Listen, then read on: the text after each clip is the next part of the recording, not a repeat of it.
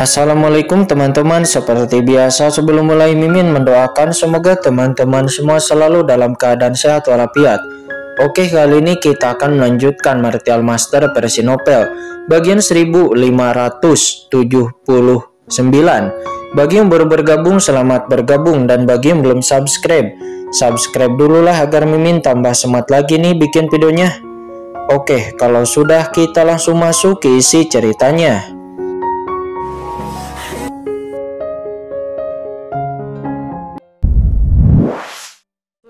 Laut kosmik.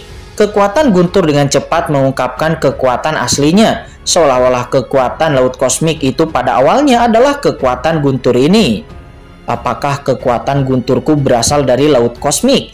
Kata Kincen, dirinya terkejut. Akan tetapi ketika memikirkan misteri ayah dan ibunya, Kincen pun agak terpana. Ledakan. Dia pun dengan cepat menahan kekuatan Guntur di tubuhnya. Tidak hanya kekuatan Guntur, tetapi juga kekuatan Dewa Kaisar 9 Bintang. Itu juga langsung didesak oleh Kincen. Di saat yang sama, Kincen juga merasa bahwa kekuatan totem Kaisar juga nampak telah membaik. Tes. Kekuatan totem Kaisar Dewa 9 Surga awalnya itu berasal dari orang kuat di Laut Kosmik. Di bawah kekuatan asli Laut Kosmik itu segera menunjukkan aura yang lebih kuat. Dan ketika Kincen dengan panik menyerap kekuatan kristal kosmik dan mengaktifkan dari keturunan Guntur, saat ini Shin berpindah di suatu tempat di kedalaman Laut Kosmik. Ini adalah salah satu kawasan terlarang teratas di Laut Kosmik. Selama ratusan juta tahun tidak ada seorang pun atau orang kuat manapun yang mampu menerobosnya dan kemudian pergi dengan selamat. Sejak zaman kuno, tempat ini telah menjadi dunia yang gelap dan primitif dan juga sangat dingin. Selama ratusan juta tahun tidak ada orang kuat yang bisa masuk ke tempat ini yang bisa keluar hidup-hidup, sehingga dapat dikatakan ini sebagai tempat terlarang di alam semesta. Tetapi pada saat ini tiba-tiba duar ada ledakan. Di tempat terlarang ini aura tak berujung melonjak di seluruh area dalam sekejap, dan di bawah jurang tak berujung tampaknya ada keberadaan menakutkan yang mulai bangkit. Jika ada orang kuat yang melihat pemandangan ini, dirinya pasti akan terkejut karena gelombang udara di sini itu adalah kekuatan penghancur yang paling menakutkan dari laut kosmik ini. Bahkan orang kuat tingkat transenden akan langsung tercekik jika dia memasukinya. Tetapi pada saat ini kekuatan penghancur yang tak terbatas ini melonjak, dan dalam kekuatan penghancur yang melonjak ini, sepasang pupil mata emas gelap tiba-tiba muncul di antara langit dan bumi, yang kemudian pupil mata itu perlahan-lahan terbuka. Penghakiman kekuatan ilahi. Suara yang dalam bergema di seluruh dunia ini, dan lalu dengan keras ketika suara ini terdengar, seluruh laut kosmik bergemuruh dan aturan laut kosmik berguncang seolah-olah mereka tidak dapat menahan kekuatan ini. Ini jelas merupakan ahli teratas puncak di laut alam semesta. Dirinya telah melihat dunia tak berujung mengalir dalam pupil mata emas gelap ini. Di saat matanya berkedip sepertinya alam semesta lahir dan hancur, suara besar itu bergumam lagi. Menarik, setelah bertahun-tahun, kekuatan penghakiman itu akhirnya muncul kembali di lautan kosmik ini. Tampaknya laut kosmik yang telah tenang selama bertahun-tahun akhirnya akan mendapat giliran untuk meledak lagi. Belum, biarkan saya menghitungnya. Berdengung, di antara langit dan bumi aturan-aturan alam semesta muncul dan diuraikan menjadi sebuah rune yang luas. Rune ini menembus langit dan bumi seolah-olah dia mengetahui masa lalu dan masa kini dan mengalir melalui kehidupan lampau dan masa depan. Tiba-tiba suara teredam terdengar dan sedikit rasa sakit tiba-tiba muncul di pupil mata emas gelap itu. Seluruh area terlarang mendidih dalam sekejap seolah-olah akan meledak. Ini penutup rahasia. Ya benar, dengan kekuatan orang itu bagaimana dia bisa meninggalkan celah yang begitu jelas. Kata mata emas gelap itu, nampak mata emas gelap itu memadat. Mata itu menatap ke langit dan bumi setelah waktu yang tidak diketahui. Mata emas gelap itu akhirnya tertutup perlahan sebelum kemudian menghilang ke dalam jurang tak berujung, seolah-olah belum pernah muncul sebelumnya. Tidak hanya di sini, pada saat ini, di mana di laut kosmik, ada aura menakutkan yang terbangun, dan saya merasakan sedikit denyutan. Saat ini, Shin kembali berpindah di tanah Guiksu. Kincen tentu saja tidak mengetahui semua ini. 3 hari telah berlalu di dalam gua. Qin-Chen tidak tahu berapa banyak kristal kosmik kelas menengah yang telah dirinya konsumsi. Tetapi samar-samar Qin-Chen dapat merasakan bahwa jumlah kristal kosmik yang dirinya konsumsi sungguh mencengangkan. Namun Qin-Chen tidak tahu bahwa setelah kekuatan gunturnya dirasakan oleh ahli-ahli misterius di laut kosmik, itu menimbulkan beberapa perhatian. Pada saat ini setelah begitu banyak kristal kosmik tingkat menengah diserap, asal mula di tubuh Qin-Chen akhirnya sepenuhnya berubah menjadi kekuatan asli laut kosmik. Pada saat yang sama, tingkat kultivasi Qin-Chen saat ini diam-diam telah mencapai tingkat puncak, setengah langkah transendensi. Pada saat ini, Qin-Chen merasa kekuatannya telah mengalami perubahan yang mengejutkan. Meskipun dirinya belum mencapai ranah transendensi yang sebenarnya, namun perasaan kuat ini membuat Qin-Chen diam-diam ketakutan. Kemudian setelah menghentikan kultivasinya, Qin-Chen lalu melihat senjata ajaib luar angkasa yang dia peroleh sebelumnya. Itu kosong, kristal kosmik saat ini hampir musnah, itu hampir habis. Hampir tidak ada yang tersisa di dalamnya, kecuali beberapa bahan dan juga pil.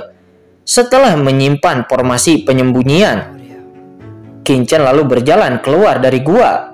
Kemudian Qin-Chen melihat sosok di pintu gua menatapnya dengan kesal. Siapa lagi itu kalau bukan wanita Pang Muling?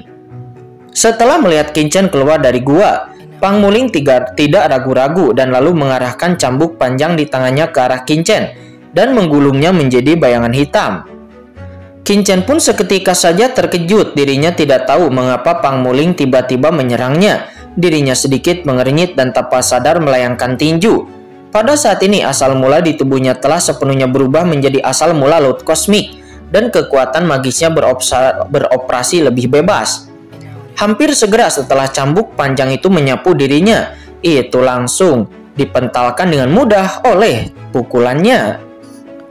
Duar, kekosongan berguncang dan seluruh gua runtuh tepat di bawah hantaman dan berubah menjadi bubuk. "Apa yang kamu lakukan?" kata Qin-Chen. Dia bertanya dengan bingung. Dirinya bisa merasakan bahwa Pang Muling tidak menunjukkan niat membunuh ketika dia menggunakan cambuk spiritual untuk menyerangnya. Tahukah kamu berapa banyak kristal kosmik kelas menengah yang telah kamu serap hari ini? Selain ratusan yang kamu berikan kepadaku, aku sendiri telah menempatkan ribuan kristal itu, kata Pang Muling. Dia berkata dengan tanpa bisa berkata apa-apa. Mendengar itu, Qin-Chen tercengang. Berapa ribu?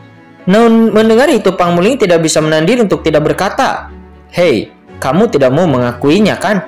Saya hanya mencoba melihat apakah Anda telah menyerap kristal kosmik kelas menengah ini.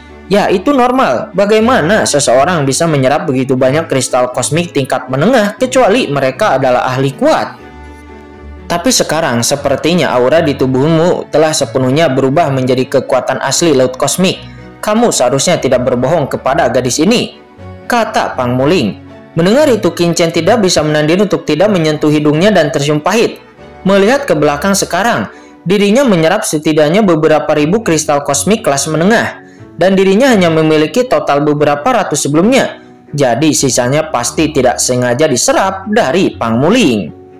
Anda harus tahu bahwa satu kristal kosmik tingkat menengah itu sama dengan 100 kristal kosmik tingkat terendah. Ribuan kristal kosmik tingkat menengah ini bukanlah jumlah yang kecil di lautan kosmik ini. Tidak, kamu memiliki begitu banyak kristal kosmik tingkat menengah. Mengapa kamu memberiku selusin kristal kosmik tingkat rendah? Tiba-tiba Qin-Chen sepertinya memikirkan sesuatu. Satu kristal kosmik tingkat menengah setara dengan 100 kristal kosmik tingkat rendah. Tetapi ketika dirinya meminjamnya dari pihak lain sebelumnya, pihak lain hanya memberinya total selusin kristal kosmik tingkat terendah. Bukankah Pang Muling ini terlalu pelit? Dan mendengar perkataan dari Qin-Chen, wajah gadis Pang Muling itu menjadi memerah. Namun kemudian Pang Muling menus dingin. "Cukup bagus untuk memberimu selusin kristal kosmik tingkat terendah. Aku telah menyelamatkanmu saat itu. Apakah menurutmu itu masih terlalu sedikit? Ayo pergi, jika kita tidak terburu-buru alam rahasia Guixu akan segera dibuka," kata Pang Muling. Setelah mengatakan ini, Pang Muling langsung terbang di langit dan menghilang dari pandangan Qin-Chen dalam sekejap. Melihat itu, Qin-Chen hanya bisa tersium pahit dan menggelengkan kepalanya sebelum kemudian segera mengikuti Pang Muling. dan Kincen sosoknya juga menghilang di antara langit dan bumi. Tepat ketika Kincen dan Pang Muling terbang cepat melintasi reruntuhan, di dunia yang sangat jauh dari sini, tiba-tiba sebuah celah muncul di kehampaan, dan kemudian sosok tubuh terbang keluar dari celah tersebut. Ini dia. Begitu sosok ini muncul di dunia ini, dirinya melihat sekeliling dengan bingung.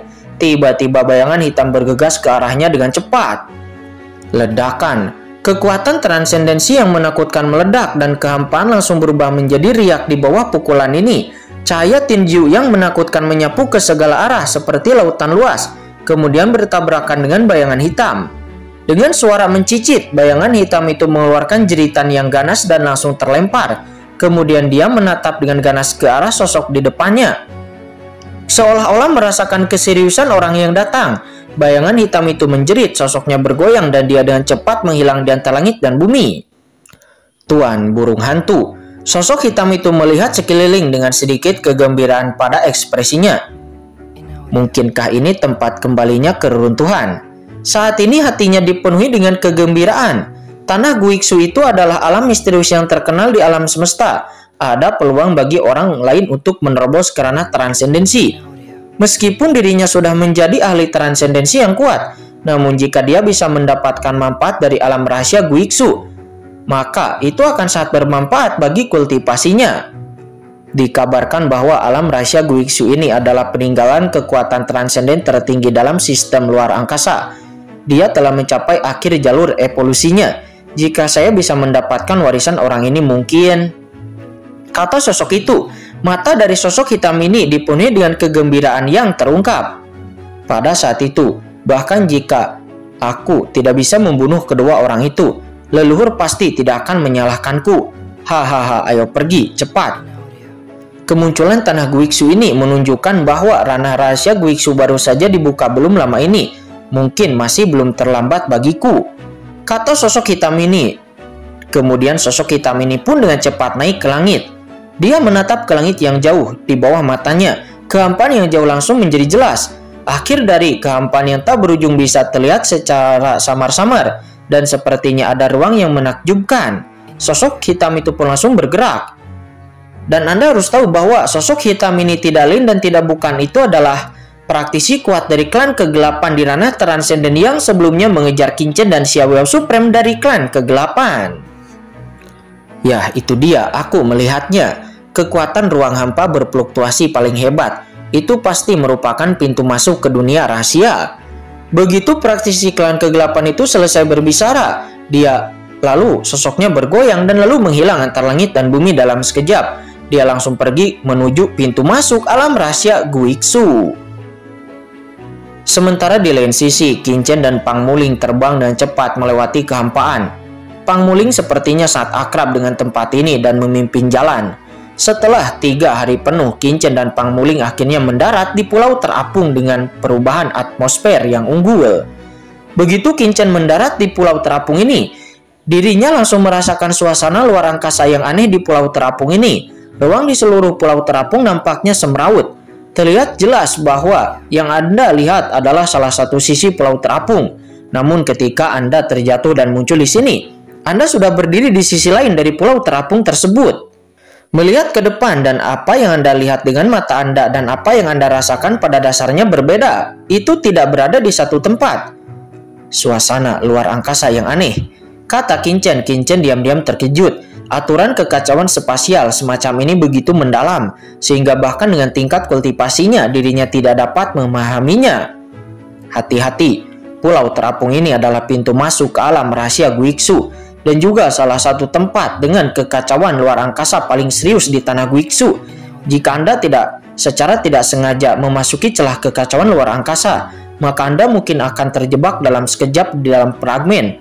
Ikuti saja saya, akan jauh lebih baik setelah Anda mencapai bagian dalam dari pulau terapung, kata Pang Muling. Pang Muling itu berkata dengan serius kepada Kincen lalu berjalan dengan hati-hati ke depan. Meskipun Kincen sangat percaya diri dengan pertahanan fisiknya, dan namun diri Kincen tidak berani untuk terburu-buru saat ini. Kincen pun segera mengikuti Pang Muling dan mengikuti langkah demi langkah dari Pang Muling. Kekosongan di depan sangat kacau dan apa yang dilihatnya di depannya bukanlah kenyataan sama sekali. seolah-olah itu adalah lapisan ruang terlipat. Saya ingin tahu apakah mata penciptaan saya dapat melihat hal-hal di sini, kata Qin-Chen. Tiba-tiba hati Qin-Chen tergerak dan dirinya tiba-tiba membuka mata penciptaannya dan berdengung. Gelombang tak terlihat diam-diam keluar dari mata penciptaan Qin-Chen. Dalam sekejap, kehampaan di depan Qin-Chen pun tiba-tiba muncul di hadapannya. Dunia ini di hadapannya seakan-akan terbuat dari cermin. Bisakah mata penciptaan ini benar-benar melihat kehampaan di sini? Gumam Qin-Chen. Meskipun banyak tempat yang masih terlihat buram, namun itu jauh lebih baik daripada mencoba dengan mata biasa. Qin-Chen menatap sekeliling. Awalnya dirinya tidak berani terlalu santai, tetapi lambat laun Qin-Chen juga memperhatikan beberapa pola di sini dan mulai bersikap berani. Ruang di sini terlihat kacau, tetapi sebenarnya ditentukan oleh aliran ruang, dan itu mengalir secara konstan. Qin-Chen juga merasakan beberapa pola di sini. Sementara di depan, Pang Muling berjalan di depan Qin-Chen dan tidak bisa menahan diri untuk tidak melirik ke arah Qin-Chen dengan heran. Meskipun dirinya memimpin Qin-Chen di depan, namun kekosongan di sini terus-menerus berubah. Akan tetapi setelah sekian lama, Qin-Chen itu sama sekali tidak menyentuh penghalang kekosongan di sini yang langsung saja mengejutkan Pang Muling. Bukankah pengetahuan orang ini cukup tajam? Kata Pang Muling, dia mulai berpikir. Mereka berdua berjalan sekitar 1 jam ketika tiba-tiba kekosongan yang terlipat di depan mereka menghilang dan kemudian dunia yang hidup dan juga luas muncul di hadapan Qin-Chen. Saya melihat bahwa di kehampaan di depan kedua orang itu sebenarnya terdapat gua-gua yang ditempatkan satu demi satu, dan ada juga pasar besar yang terletak di antara banyak gua, dan banyak juga kios yang ditempatkan di dalamnya. Di tengah pulau terapung ini terdapat pasar kecil, dan di pasar kecil ini orang-orang datang dan pergi itu berlalu larang dan itu sangatlah ramai. Para prajurit dengan aura kuat yang keluar dari tubuh mereka terus-menerus berkomunikasi, dan itu tampak seperti kota yang sangat ramai. Hahaha, apakah kamu terkejut? Kata Pang Muling. Dia tidak bisa menahan tawa ketika dia melihat ekspresi terkejut pada Qin-Chen. Alam rahasia Guiksu akan segera dibuka. Mereka yang ada di sini sekarang adalah semua orang kuat yang telah memasuki tempat itu dari Guiksu. Pulau terapung ini itu adalah pintu masuk ke alam rahasia Guiksu. Sebelum dunia rahasia terbuka, orang-orang kuat yang berkumpul di sini akan berdagang satu sama lain dan menyiapkan beberapa hal. Kata Pang Muling, dia menjelaskan secara mendetail kepada Qin-Chen.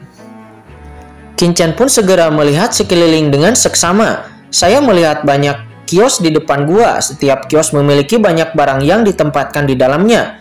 Ada batasan di kios tersebut. Anda dapat melihat harta karun ini melalui batasan tersebut, tetapi Anda tidak dapat menyentuh harta karun ini dengan mudah.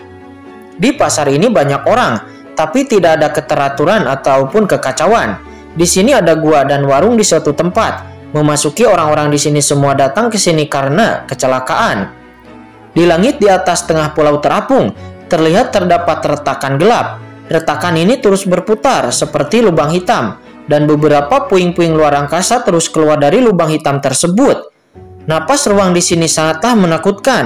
Ketika Qin-Chen merasakannya dari kejauhan, dirinya merasakan tekanan ruang yang sangat menakutkan di sekitarnya, membuat Qin-Chen merasa tercekik. Tekanan luar angkasa yang mengerikan, kata Qin-Chen. Ekspresi Qin-Chen sedikit berubah. Dirinya merasa jika dia dengan gegabah menerobos celah luar angkasa, maka dirinya akan hancur berkeping-keping oleh celah luar angkasa yang menakutkan ini. Ini adalah pintu masuk ke alam rahasia Guiksu. Pintu masuk ke alam rahasia Guiksu saat ini masih sangat berbahaya. Jika kamu berani menerobos, maka kamu dipastikan akan mati. Apalagi kamu, bahkan jika orang kuat tingkat super masuk. Orang kuat itu tidak akan bisa menahan ini. Kekuatannya akan hancur berkeping-keping dalam sekejap. Jadi meskipun orang kuat datang ke sini, dirinya harus menunggu dengan patuh hingga dunia rahasia terbuka. Kata Pang Muling, dia menjelaskan dari samping Qin-Chen.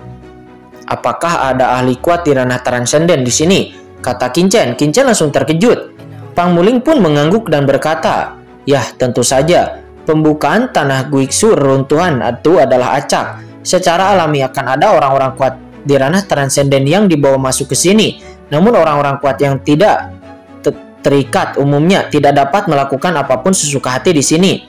Karena kekuatan berfluktuasi level yang terpisah akan menyebabkan ketika Anda sampai pada penindasan tanah Guiksu, Anda dengan mudah diserang oleh celah luar angkasa. Bahkan jika Anda dapat menahan serangan itu, Anda akan diusir oleh tanah Guiksu untuk tidak bertindak sesuka hati. Jadi orang biasa seperti kita para prajurit sebenarnya akan sangat aman di pulau terapung ini, kata Pang Muling. Mendengar itu, Qin Chen menghela napas lega ketika mendengar ini. Jika orang kuat, praktisi transenden dari klan kegelapan muncul di sini, maka dirinya juga akan menjadi aman karena di sini ahli transenden tidak bisa berbuat semaunya. Qin Chen berpikir dalam benaknya dan Qin Chen melihat banyak material dan juga harta karun di kios-kios di sebelahnya. Qin Chen pada awalnya ingin melihat apakah ada beberapa hal baik di sini. Akan tetapi ketika dirinya melihat harta-harta karun tersebut, dirinya langsung menyerah. Karena tertulis dengan jelas di kios ini bahwa harta karun murah di dalamnya itu bahkan bernilai puluhan kristal kosmik tingkat menengah, yaitu setara dengan ribuan kristal kosmik tingkat rendah, dan yang lebih mahal bahkan bernilai ratusan kristal kosmik tingkat menengah. Kultivasi Qin Chen sebelumnya saja telah menghabiskan seluruh kristal kosmik tingkat menengah yang dirinya miliki, dan dirinya hanya memiliki beberapa kristal kosmik tingkat rendah yang tersisa saat ini. Dengan semua uangnya digabungkan pun, Qin Chen tidak mungkin dapat membeli beberapa harta karun saja. Tes.